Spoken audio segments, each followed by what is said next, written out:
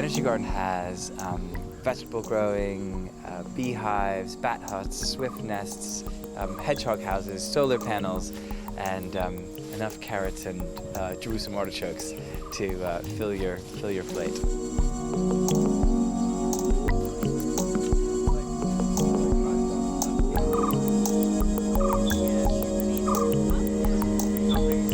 I certainly didn't have any experience growing food, and I've been learning quite a lot over this period, and I think that's why it's good to just learn from others who've had experience in this work.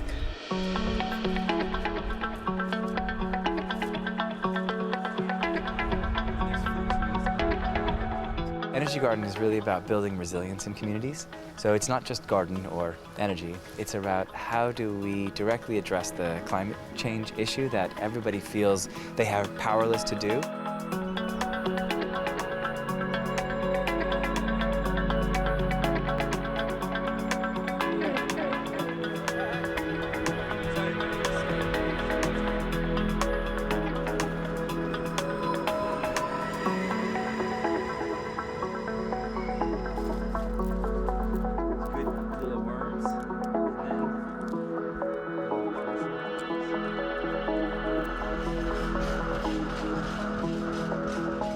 I think it really is making London a better place to live. It's making it more pretty. People commute, millions of people each day. This enhances their commute.